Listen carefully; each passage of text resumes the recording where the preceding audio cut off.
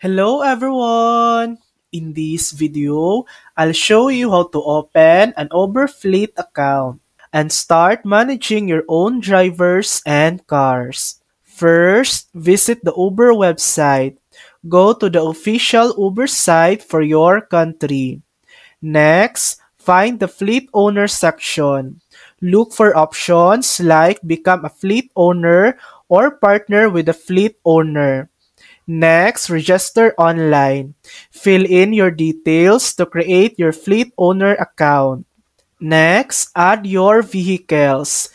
Inside the fleet dashboard, you'll be able to add your vehicles that will be used for commercial trips. Next, download the Uber Fleet app. Get the Uber Fleet app from the Google Play Store. This app lets you manage drivers, vehicles, and monitor trips in real time. Next, complete onboarding. Depending on your country, you may need to connect with Uber's local Green Light Hub team to finalize your onboarding process. Next, start driving. Once approved, your drivers can accept trips and you'll start earning through your fleet. And that's it. That's how to open an Uber Fleet account. Thanks for watching. If this video helped you, please like and subscribe for more helpful tutorials.